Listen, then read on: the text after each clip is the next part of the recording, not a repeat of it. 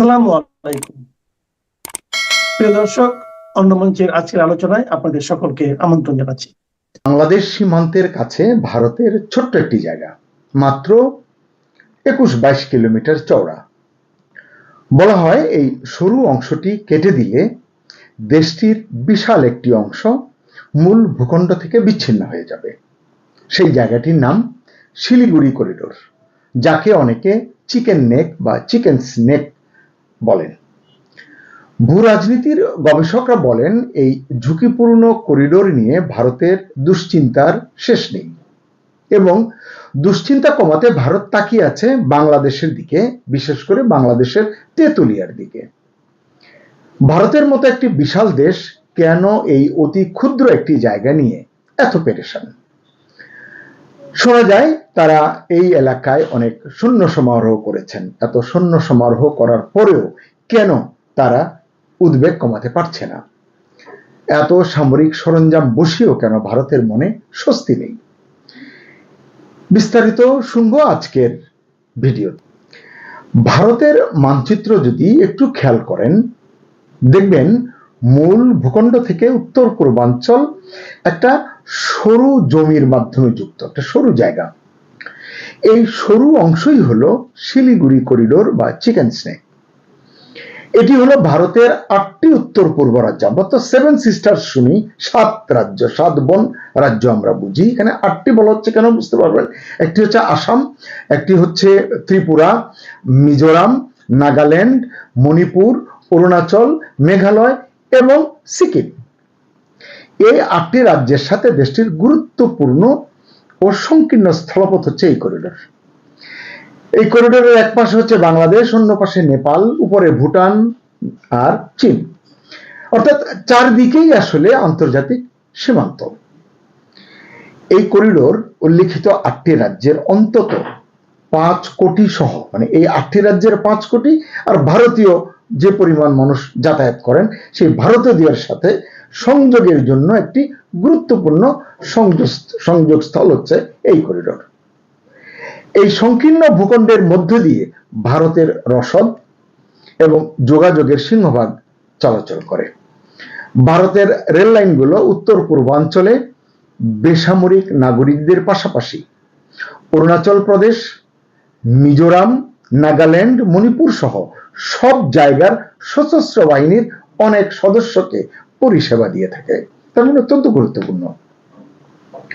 সামরিক বিশ্লেষকরা বলছেন এই যে মাত্র 21-22 কিলোমিটার ব্যাপ্তি বা চওড়া, এই যে খুব সংকীর্ণ ভূখণ্ড, এটি যদি সংঘাত শুরু হয়, যদি প্রতিপক্ষ প্রবল চাপ সৃষ্টি করে, তাহলে পিছু হটবার জন্য প্রয়োজন হলে ভারতের হাতে খুব কম জায়গা থাকে, মানে পিঠ দেয়ালে ঠেকে যায়।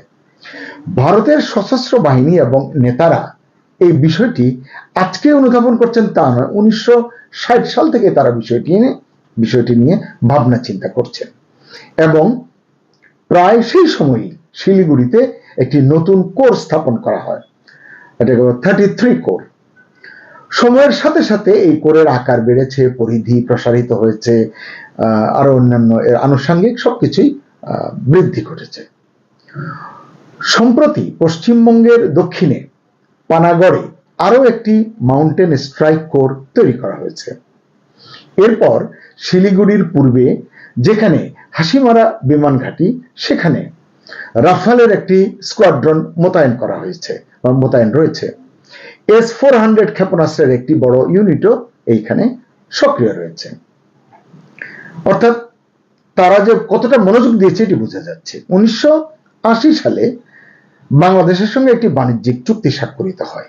ওই চুক্তির ধারাবাহিকতায় 2011 সালে ভারতেও অনেক বিতর্ক হয়েছে, বাংলাদেশেও হয়েছে। অনেক বিতর্ক থাকা সত্ত্বেও ভারত 3 বিঘা করিডোর ইজারা সম্পন্ন করেছে, ইজারা দিয়েছে, যাতে বাংলাদেশ দহগ্রাম, আঙ্গুরপোতা, ছিটমহলে সহজে প্রবেশাধিকার পায়।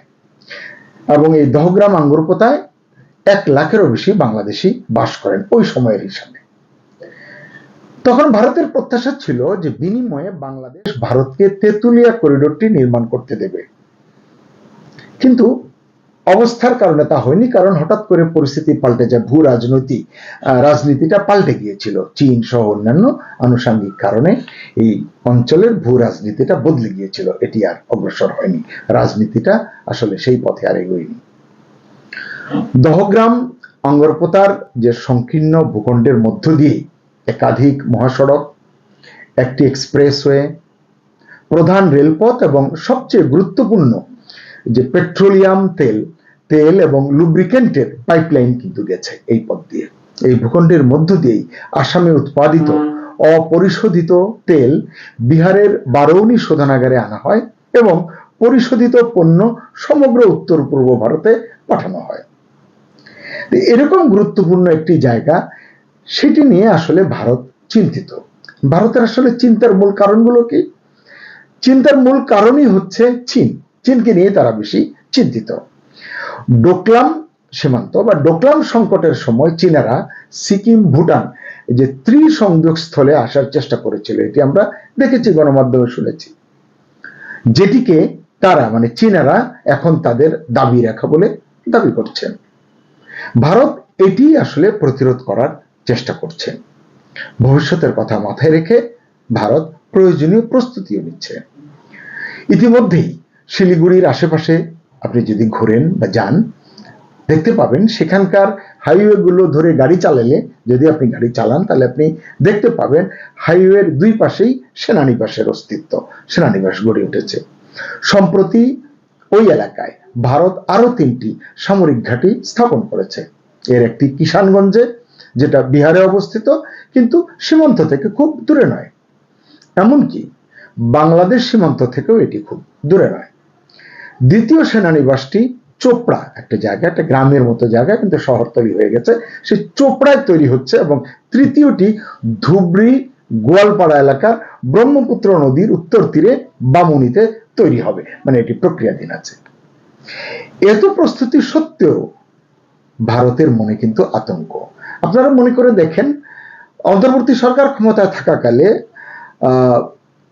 সদ্য সাবেক প্রধান উপদেষ্টা ইউনূস যখন 7 সিস্টার্স নিয়ে নানান পলিটিক্যাল কথাবার্তা বলতেন, নানান হুমকি ধামকি দিতেন, ব্যঙ্গ খোঁচা দিতেন, তখন আমরা গণমাধ্যমে, বিশেষ করে ভারতীয় গণমাধ্যমে দেখেছি ভারত বাংলাদেশ সীমান্তে যুদ্ধের প্রস্তুতি নিচ্ছে, সৈন্য সমাবেশ ঘটাচ্ছে, অস্ত্রের সমাবেশ ঘটাচ্ছে, নানাবিধ, এই যে আমি বললাম যে সেনানিবাস এবং সরঞ্জাম ইত্যাদি ঘটেছে, এই ঘটনাগুলো অনেকদিন ধরেই কিন্তু তারা সেই জায়গাগুলোতে করছে। এটি যতটা না বাংলাদেশকে টার্গেট করে, হ্যাঁ প্রয়োজন হলে নিশ্চয়ই বাংলাদেশকে তারা ছেড়ে কথা বলবে না, কিন্তু তাদের মূল টার্গেট হচ্ছে চীন। এই কারণেই বিশ্লেষকরা বলছেন যে কোনো সংঘাত বা বড় ধরনের সংকট হলে এই করিডোর যদি ব্লক হয়ে যায়, যে বললাম জায়গা কম, বেশি পিছনে হটতে পারে না, তাহলে ব্লক হয়ে গেলে ভারতের উত্তর পূর্বাঞ্চল পুরোপুরি বিচ্ছিন্ন হয়ে যেতে পারে, যেটি শুরুতে বললাম। এ কারণেই অনেক বিশ্লেষক এটাকে ভারতের সবচেয়ে বড় চোক পয়েন্ট বলেন, মানে দম বন্ধ করা পয়েন্ট, শ্বাস বন্ধ হয়ে যাবে, গলায় যদি এখানে কেউ চিপে ধরে শ্বাস নিতে পারি না আমরা, দুর্বল স্থান, সংকীর্ণ পথ বা বাধা, যাই বলেন না কেন। এই ঝুঁকিগুলো আছে বলেই, এই ঝুঁকিগুলো অনুধাবন করছে বলেই ভারত এখনো সেখানে সেনাবাহিনীর শক্ত উপস্থিতি নিশ্চিত করে চলেছে। শুনলেন ইতিমধ্যেই নতুন গ্যারিসন বানিয়েছে, এয়ারবেস প্রতিষ্ঠা করেছে এবং উন্নত ক্ষেপণাস্ত্র সম্বলিত প্রতিরক্ষা ব্যবস্থাও মজুত করেছে এবং করছে। নিরাপত্তা বিশ্লেষকরা বলেন এই এলাকা কাশ্মীরের চেয়েও বেশি সামরিকভাবে সুরক্ষিত। এর আগে আমরা শুনেছি যে কাশ্মীর অঞ্চলটা হচ্ছে পৃথিবীর মধ্যে না হলেও অন্তত দক্ষিণ এশিয়ায় সবচেয়ে বেশি সামরিকায়িত, অর্থাৎ সামরিকভাবে সুরক্ষিত। কিন্তু নিরাপত্তা বিশ্লেষকরা বলছেন শিলিগুড়ি করিডোর এবং এই অঞ্চল কাশ্মীরের চেয়েও বেশি সামরিকভাবে সুরক্ষিত। কেন সুরক্ষিত বুঝতেই পারছেন, এটি ভারতের নিজের অস্তিত্বের প্রশ্ন। যেটা বললাম যে ভারতের আসল চিন্তা কিন্তু বাংলাদেশকে নিয়ে নয়, কিংবা নেপালও নয়। ভারতের কাছে সবচেয়ে বড় ফ্যাক্টর হলো চীন। ওই যে ডোকলাম সংকটই হচ্ছে তার প্রমাণ। তো ভারতের ভয়, চীন যদি কখনো এই অঞ্চলে চাপ তৈরি করে তাহলে শিলিগুড়ি করিডোর ঝুঁকিতে পড়ে যেতে পারে। তাহলে এই প্রেক্ষাপটে বাংলাদেশের তেঁতুলিয়া নিয়ে কেন কথা উঠছে, এই কথাটা কেন এলো? তেঁতুলিয়া কেন বিশ্লেষকরা বলছেন ভারতের জন্য লাইফলাইন বলছেন। তো ভারতের যে পরিকল্পনার কথা বললাম অনেক আগে থেকেই, বহুদিন ধরেই এটি আলোচনাও ছিল, তা হলো বাংলাদেশের ভেতর দিয়ে মাত্র 4-5 কিলোমিটার যদি একটা করিডোর তারা ব্যবহার করতে পারে, এই করিডোর তারা নির্মাণ করতে পারে, তাহলে ভারতের বিশাল লাভ। কি লাভ? ওই যে বললাম, ভারতকে তাদের সীমান্তের ভিতরে এক জায়গা থেকে আরেক জায়গায় একটি নির্দিষ্ট গন্তব্যে পৌঁছাতে এখন প্রায় 90 কিলোমিটার পথ পাড়ি দিতে হয় নিউ জলপাইগুড়ির দিকে যেতে হলে, কারণ তাদেরকে ঘুরে যেতে হয়। কিন্তু যদি 4-5 কিলোমিটার বা 6 কিলোমিটার ছোট্ট করিডোরটি তারা পায়, বাংলাদেশ দেয়, তাহলে এটি 90 কিলোমিটার থেকে নেমে আসবে 84 বা 85 কিলোমিটার কমে যাবে। অর্থাৎ এতে ভারতের সময় কমবে, তাদের অনেক অর্থ সাশ্রয় হবে, অনেক ঝুঁকি কমবে, এবং প্রতিপক্ষ বা শত্রু, বিশেষ করে যদি চীনকে ধরা হয়, তাদেরকে মোকাবেলায় বিকল্প পথ তৈরি হবে। এ কারণেই বাংলাদেশের তেঁতুলিয়া ভারতের জন্য কৌশলগতভাবে অত্যন্ত গুরুত্বপূর্ণ একটি এলাকা। এখন নিরাপত্তা বিশ্লেষকরা এটি বলছেন, সামরিক বিশেষজ্ঞরাও এটি নিয়ে কথা বলছেন, ভারত কথা বলছে, বাংলাদেশও কথা বলছে। বাংলাদেশে এখন নতুন সরকার, নির্বাচিত সরকার এসছে, কি করবে এটি তারা জানে। সংকটগুলো আলোচনা হচ্ছে এই লেভেলে, সে কারণেই আমি আসলে আপনাদের সঙ্গে বিষয়টি শেয়ার করছি। এ কারণেই আসলে প্রশ্ন উঠছে যে বাংলাদেশ কি আসলে ভারতকে এমন সুবিধা দেবে কিনা, এই যে তেঁতুলিয়ার যে করিডোর তারা চায় বা যেটি হলে ভারতের জন্য সুবিধা হয়, বাংলাদেশ কেন দেবে, দিলে বাংলাদেশ বিনিময়ে কি পাবে, অনেক বিষয় কিন্তু এখানে আছে। আমি সেই আলোচনায় যেতে চাচ্ছি না, আমি বলতে চাচ্ছি ইস্যুটি সামনে আছে, এটি নিয়ে আমাদের যারা কনসার্ন আছেন তারা কি ভাবছেন বা তারা কি ভাববেন, আগে থেকেই তারা যদি এটি তাদের বিবেচনায় নেন, আমার মনে হয় সামনে যখন এটি নিয়ে আলোচনা হবে তখন কথা বলতে সুবিধা হবে। কারণ হচ্ছে যে বাংলাদেশের সুবিধা দেবে কিনা এই প্রশ্নটা উঠছে কেন, হচ্ছে এই কারণে যে এটা তো শুধু অর্থনৈতিক সুবিধা নয়, বা এটি শুধু অর্থনীতির বিষয় নয়, সরাসরি একটি দেশের নিরাপত্তা এবং ভূ রাজনীতির সাথে জড়িত এই ইস্যুটি। যুদ্ধ বা সংকটের সময়ে কোনো দেশ কি অন্য দেশের জন্য নিজের ভূখণ্ড খুলে দেয়? মানে এমন নজির কয়টা আছে দুনিয়াতে? এই প্রশ্নটি যখন সামনে আসে তখনই আসলে বিষয়টা জটিল হয়ে যায়, এবং এটি বাংলাদেশের জন্য অত্যন্ত চিন্তার বিষয়, গভীর উদ্বেগের বিষয়। সুপ্রিয় দর্শক শ্রোতা মণ্ডলী, আপনারা এই মুহূর্তে আমাদেরকে যে যেখান থেকে দেখছেন এবং পরবর্তী যে যেখান থেকে দেখবেন, আপনাদের সকলকে জানাই আমি আমার প্রাণ ঢালা অভিনন্দন এবং শুভেচ্ছা, এবং কৃতজ্ঞতা প্রকাশ করি সার্বক্ষণিক আমার পাশে থাকার জন্য, কথা শোনার জন্য এবং আরও অনেককে শুনতে দেওয়ার জন্য। আজকে এতক্ষণ আপনারা হেডলাইন এবং ব্যানার দেখে বুঝতে পারছেন যে আমি কি বলছি, যে হ্যাঁ, আমাদের সাবেক পররাষ্ট্রমন্ত্রীর কাছে নাকি আপনার রজার খলিল উনি ফোন দিয়েছেন। তো ফোনটা কেন দিয়েছেন এটা নিয়ে হঠাৎ করে যখন ফেসবুকে একটা ছোট্ট দিলাম যে রজার খলিল মোমেন সাহেবকে ফোন দিয়ে, অনেক বুদ্ধিজীবী ঝাঁপাইয়া পড়ছেন, ভাই এটা গোপন কথা, ওই কথা সেই কথা। তো কথা হচ্ছে যে এইসব মাথা মোটা বুদ্ধিজীবী এরা বুঝেই নেই, এরা মনে করছে যে রজার খলিল মোমেন সাহেবরে ফোন দিচ্ছেন মানে হচ্ছে যে এই আওয়ামী লীগরে মনে হয় রাস্তায় আনার জন্য বা আওয়ামী লীগের নিষেধাজ্ঞা তুলে ক্ষমতা দিয়ে দেওয়ার জন্য রজার খলিল ফোন করছেন। এই ধরনের বুদ্ধি এদের। মূলত এটা ব্রেক করেছেন একজন ভারতীয় সাংবাদিক, এবং উনি যা বলেছেন এগুলোর বিষয়ে আলোচনা করব, এবং কিন্তু কেন ফোন দিতে পারেন সেই বিষয়টা আপনাদেরকে একটু জানাই আমি। এটা হচ্ছে যে আপনারা যারা পেপার পত্রিকা পড়েন বা নিউজগুলো দেখেন, তারা সকলেই জানেন যে জাতিসংঘের সাধারণ পরিষদের 81তম অধিবেশনে সভাপতি পদে বাংলাদেশের প্রার্থী। বাংলাদেশ হচ্ছে যে 81তম অধিবেশনের সভাপতি হবে, মানে 193টা দেশের যে হয় জাতিসংঘের, এটার সভাপতি পদে পদপ্রার্থী। সুতরাং এই পদপ্রার্থী যখন হইছেন, তখন এখানে বাংলাদেশের পক্ষ থেকে পদপ্রার্থী হলে সেখানে প্রেসিডেন্ট যদি নির্বাচিত হন, বাংলাদেশ বা স্থায়ী পরিষদের মেম্বার হন কোনো কিছু একটা, সেটাতে সব দেশের সমর্থন লাগবে। মিনিমাম ভোটাভুটি হইলে আপনার ধরেন 60-70% ভোট লাগবে, সেই ভোটে যায় হইতে পারে। তো এইটা হইতে গেলে এখন বাংলাদেশ তো চেষ্টা করতেছে গত 2 মাস ধরে, তারেক জিয়া আসার পর থেকে এটা প্রচণ্ড চেষ্টা চলতেছে, মানে ফেব্রুয়ারি মাস থেকে এটা চেষ্টা চলতেছে রজার খলিল জাতিসংঘের এই 81তম অধিবেশনে সভাপতি পদটা যাতে পায়, এতে বাংলাদেশের সম্মান উজ্জ্বল হয়।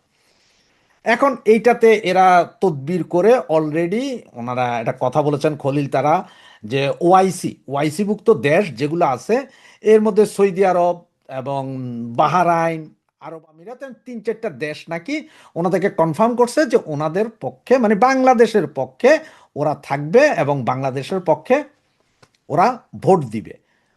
এখন এই যখন অবস্থা, এরই ভিতরে করলো কি আপনার আওয়ামী লীগ, যে আওয়ামী লীগ বলতে আমি ইউএস আওয়ামী লীগ এবং ইউএসএ ওখানে যারা মুক্তিযুদ্ধের সপক্ষের লোকজন, এরা সবাই মিলে একটা ফাইল রেডি করলো।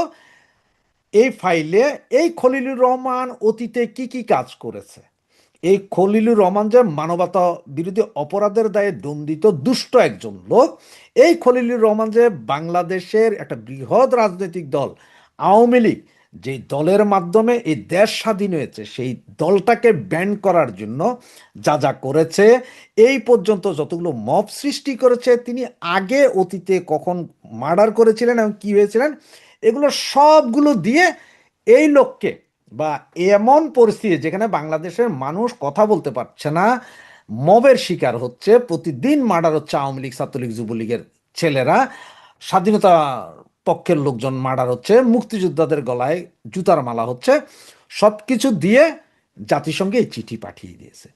এইটা যখন জাতিসংঘকে পাঠাইলো, জাতিসংঘ পাইলো, এরপরে 193টা দেশের সমস্ত রাষ্ট্রপ্রধানদের কাছে, অ্যাম্বাসেডরদের কাছে এই চিঠি পাঠানো হয়েছে। এই চিঠি পাঠানোর পরে স্বভাবতই যখন কোনো একটা রাষ্ট্র কাউকে বলে যে আমার পক্ষ থেকে অমুক নির্বাচন করবে, তখন কিন্তু কেউ এই ধরনের থাকে না যে খুব ভালো সৎ লোক এরকম একজন রায় না, বসানো হয়, দেওয়া হয় যে ঠিক আছে। এখন ওনার বিরুদ্ধে যখন পড়ছে, এখন সবাই একটু কানাঘুষা শুরু হয়ে গেছে, আরে কি হইলো, আরে কি হইলো, আরে কি হইলো। এখন একদম ফাইলিং করে কতজন ছেলে মারা গেছে, কি কি আকাম করছেন, কি কি দুর্নীতি করছেন, ইন্টিম গভর্নমেন্ট থেকে উনি কি কি করছেন, একদম সব বিস্তারিত দিচ্ছেন। তো এখানে খালি আমেরিকার সমর্থন থাকলে হইব না, আমেরিকা, ইউরোপিয়ান এইভাবে সমর্থন থাকলে মানে 193টা দেশ, এর মধ্যে মিনিমাম 80টা দেশের মিনিমাম সমর্থন লাগবে, 70-80টা দেশের যথাসম্ভব মনে হয়, বা 100 দেশের, 150 দেশের, এরকম মানে 60-70% সমর্থন ছাড়া হবে না। এখন ওনারা এটা করার পরে এখন এটা তো মাথায় ধরে গেছে সবার, যার কারণে খলিলুর রহমান বর্তমানে এখন পর্যন্ত আমেরিকাতে আছেন। উনি নাকি আপনার মোমেন সাহেবকে ফোন দিয়েছেন। তো মোমেন সাহেবকে ফোন দেওয়ার কারণটা কি? হ্যাঁ, মোমেন সাহেবকে ফোন দিতেই পারেন, কারণ মোমেন সাহেবের কিছু রিলেশন অবশ্যই আপনার এই খলিল ভাইয়ের লোকজনের সাথে আছেন। তো এদের কারণে ফোন দিতে পারেন মোমেন সাহেবকে, অথবা লামিয়া মোর্শেদের কারণেও ফোন দিতে পারেন, কারণ লামিয়া মোর্শেদের সাথে ভালো সম্পর্ক মোমেন সাহেবের, সেই হিসাবে ফোন দিতে পারেন।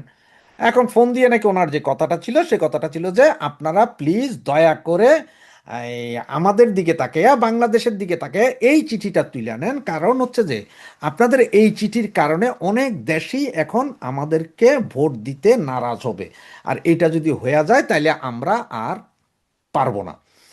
সুতরাং উনি খুব রিকোয়েস্ট করছেন। তখন মোমেন সাহেব নাকি বললেন যে ভাই আমারে বলে তো লাভ নাই, এইটা আপনারে বলতে হবে কারে, এটা আপনারে বলতে হবে ইউএস আওয়ামী লীগকে। ইউএস আওয়ামী লীগের 88 জন মেম্বার আছে, প্রত্যেককে আপনি ফোন করে রিকোয়েস্ট করতে পারেন, যদি ওনারা তুলে নেয় তাইলে তুলে নিতে পারবো। এটা তো আমের তোলার কিছু নাই, কারণ আমি তো কিছু না, মোমেন সাহেব তো সাবেক পররাষ্ট্রমন্ত্রী, উনি তো কিছু না। এটা তো আওয়ামী লীগের পক্ষ থেকে, ইউএস আওয়ামী লীগের পক্ষ থেকে এই চিঠি দিয়েছেন এটা। এবং উনি নাকি এটাও বলেছেন যে দেখেন, এটার সিদ্ধান্ত, এটা তুলবে তুলবে না, থাকবে থাকবে না, এটা তো নেত্রী সিদ্ধান্ত নিবে, আওয়ামী লীগের সভানেত্রী জননেত্রী শেখ হাসিনার সিদ্ধান্ত নেবে, ওনার বাইরে তো কেউ কিছু করতে পারবে না। তো এখন কথা হচ্ছে যে উনি এই ফোনটা দিচ্ছেন। দেখেন, এই বিএনপি এর আগে ক্ষমতায় আসার আগে আওয়ামী লীগের হেন কোনো নেতা নাই যাদেরকে ফোন দেয় নাই, এমন কোনো নেতা নাই, কর্মী নাই যাদের বলে নাই যে আমরা জিতান আমাদের এইবার, আমরা আপনাদের সব করব। যে ধরাটা আওয়ামী লীগ অলরেডি একবার খাইছে, যে ওরা ক্ষমতায় আইসা কিন্তু দেখাইছে খেলা। এখন কথা হচ্ছে যে এখন আপনার খলিলকে এই জায়গায় জিতাইতে, বা বাংলাদেশ জিতুক এইটা করতে যাইয়া, যে আপনি খলিল সাহেব, আপনার দুর্নীতিপরায়ণ লোক, আপনারে জিতানোর জন্য বিএনপির হেল্প করতে যাইয়া আমাদের ব্যান্ড করে রাখছেন। তা আমাদের ব্যান্ড তোলেন, গিভ অ্যান্ড টেকের বিষয় আছে, গিভ অ্যান্ড টেক, যদি গিভ অ্যান্ড টেক না থাকে তাহলে তো হবে না। কারণ হচ্ছে আপনি প্রতিবার আমাদের সাথে খেলবেন আর আমরা আপনার কথায় ওই লেবন চুস দিলেন আর আমরা চুষতে চুষতে চলে গেলাম, সেটা তো হবে না। তো এ হচ্ছে যে মূল কাহিনী। মূল কাহিনী হচ্ছে জাতিসংঘের 81তম অধিবেশনের ওনারা প্রেসিডেন্ট পদপ্রার্থী, সেইটা যাতে রক্ষা হয় তার কারণেই ওনারা এখন ফোনালাপ যে এটা তুলে নেন। কিন্তু এইটার ওনারা যে তুলে নেওয়ার অনুরোধ জানাইছে, তো এটা কেউ ভাইবেন না যে এটা অনুরোধ জানাইছে মানে এমন যে আওয়ামী লীগের কালকে, না না না না না, এটা বিএনপি এর বিশ্বাস করার নাই। যদি হ্যাঁ এটা করতে পারে, এখন যদি ওরা আমাদের সব কিছু তুলে নেয়, আমাদের ওই যে লাখ লাখ নেতাকর্মীকে ছেড়ে দেয়, যাদেরকে অবৈধভাবে বিভিন্ন মামলায় আটক করে রাখছে, এগুলো যদি ছেড়ে দেয় তাইলে একটা কথা হইতে পারে। এই চিঠিতে কিন্তু আছে, এই চিঠিতে দাবিগুলো আছে যে আমাদের মাননীয় প্রধানমন্ত্রীর বিরুদ্ধে যে মামলা হয়েছে, অবৈধ ট্রাইব্যুনালে যে অবৈধ মামলা, অবৈধ রায়, এই রায় বাতিল করতে হবে। আমাদের প্রায় 1.5 লক্ষ নেতাকর্মী এই মুহূর্তে মিথ্যা মামলায় জেলে, এদেরকে জেলে রাখছে এই খলিলুর রহমানের সব বিএনপির পরামর্শ এবং ইন্ট্রিম গভর্নমেন্ট। এবং আমাদের ছেলেপেলেদের বিরুদ্ধে এই পর্যন্ত প্রায় আপনার 2 লক্ষের উপরে মামলা হয়েছে, এগুলো তারা যায়। সুতরাং এই জিনিস একটা সবগুলোকে সিনেমা কাটিংয়ে তুলে দিয়ে পরিষ্কার করে সকলের হাতে তুলে দিয়েছে 193টা দেশের হাতে। তার মানে 193টা দেশ এখন চিন্তা করবে যে যেই লোক বা যেই দেশ নিজের দেশের জনগণের উপর অত্যাচার চালায়, সেই দেশকে কি জাতিসংঘের 81তম অধিবেশনে প্রেসিডেন্ট করা যায় কিনা, বা যদি তাকে করা হয় এর পরবর্তী কনসিকুয়েন্স কি হবে।